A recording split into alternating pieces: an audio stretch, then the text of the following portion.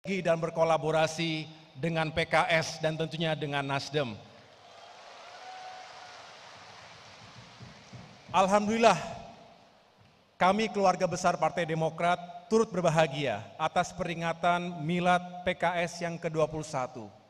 PKS pernah menjadi bagian penting dari pemerintahan Presiden SBY selama 10 tahun, dari 2004 hingga 2014.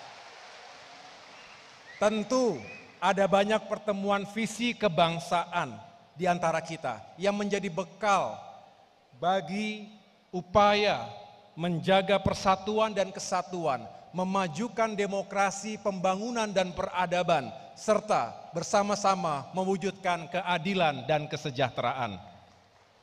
Bekal ini yang semakin menguatkan kebersamaan kita, bersama-sama Partai Nasdem, Demokrat dan PKS beberapa saat yang lalu, kita telah mengusung Mas Anies Rashid Baswedan sebagai bakal calon presiden. Insya Allah, Mas Anies dan kita semua bisa benar-benar menghadirkan harapan baru, harapan bagi rakyat untuk mewujudkan perubahan dan perbaikan di negeri kita ini. Tema perubahan dan perbaikan menjadi sentral dan tentunya menjadi pesan kunci hari ini. Sebuah tema yang kami serap langsung dari rakyat setiap berkeliling Nusantara, dari Aceh hingga Papua. Setiap melakukan dialog dengan rakyat dari berbagai kalangan, berbagai profesi, berbagai latar belakang, juga lintas generasi, karena tentu ada generasi tua tapi juga generasi yang muda. Di sana sini, di stasiun, di bandara, di pasar, di restoran, di kafe-kafe, di tempat-tempat fitness, kami mendengarkan masyarakat kita yang benar-benar mengharapkan agar perubahan itu segera terjadi. Karena rakyat hari ini menghadapi banyak sekali permasalahan.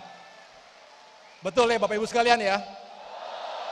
Masalah ekonomi dan kesejahteraan. Harga-harga bahan pokok yang naik, mahal, sulit untuk dijangkau. Pupuk langka dan mahal. Sementara itu penghasilan tidak membaik, daya beli turun. Sedangkan kita tahu bahwa kesejahteraan ASN, TNI, Polri juga stagnan, tidak kemana-mana. Lapangan pekerjaan sulit, banyak yang sudah lulus kuliah tapi tidak mendapatkan pekerjaan. Sedangkan anggaran negara yang digelontorkan untuk pembangunan proyek-proyek mercusuar tidak bisa dirasakan langsung oleh masyarakat kecil atau wong cilik.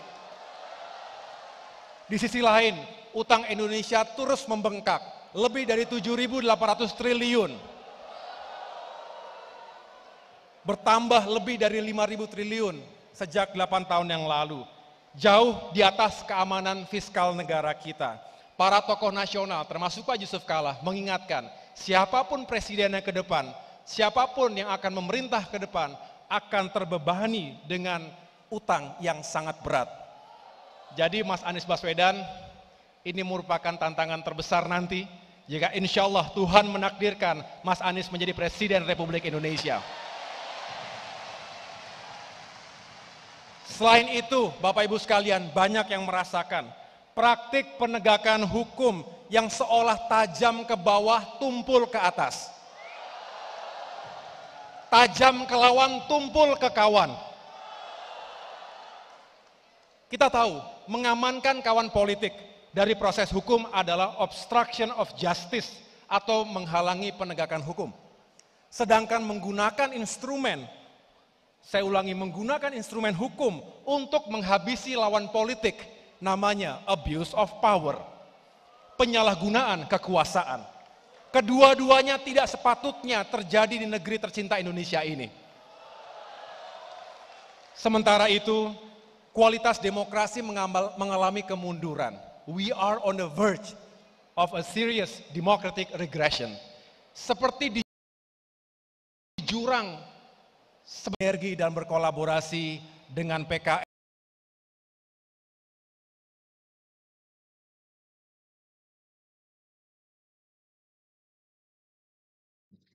Baiklah kawan, kita semua tadi sama-sama sudah mendengar Mas AHY, Ketua Umum Partai Demokrat, menyampaikan pidatonya di saat hari ulang tahun PKS. Saya lihat Mas AHY ya, semakin matang dalam berpidato. Sekilas itu tidak jauh berbeda dengan Pak SBY. Intonasinya dan sebagainya. Mampu menguasai audiens. Nah, itulah tanda-tanda orang cerdas. Dan kita tahu semua bahwa slogan perubahan untuk perbaikan ini berasal dari pemikiran Pak Anies dan Mas Ahaye. Keduanya inilah yang merumuskan perubahan untuk perbaikan ini. Jadi tidak perlu lagi mencari cawapres yang lain yang baru. Karena selama ini yang merancang perubahan untuk perbaikan ini kedua tokoh ini, Pak Anies sama Mas Ahaye. Sudah connect, sudah connect. Sebenarnya saya juga ingin memberikan masukan kepada capres-capres seperti Pak Anies sama Mas Ahaye terkait langkah-langkah teknis yang bisa langsung menyentuh ke perut rakyat.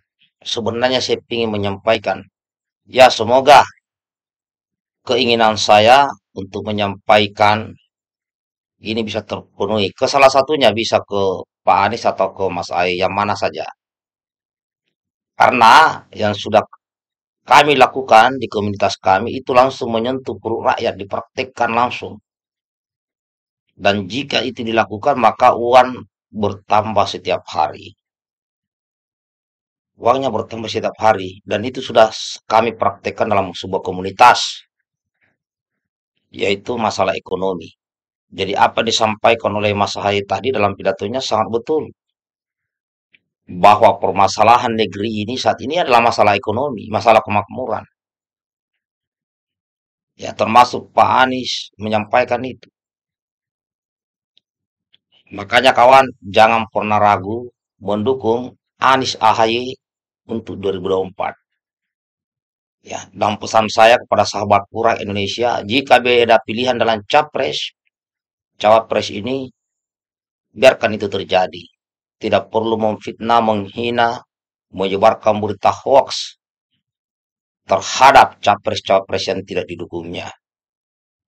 Karena hoax itu merusak persatuan Indonesia. Kita doakan Pak Anies, Pak Ahaye senantiasa diberikan kesehatan, umur yang panjang, sehingga kelak bisa memimpin negeri kita dengan penuh kedamaian dan tentunya berpikir untuk keadilan sosial bagi seluruh rakyat Indonesia, untuk kemakmuran, untuk kesejahteraan. Demikian kawan, baikkan videonya. Anies Ahaye, salam perubahan. Merdeka.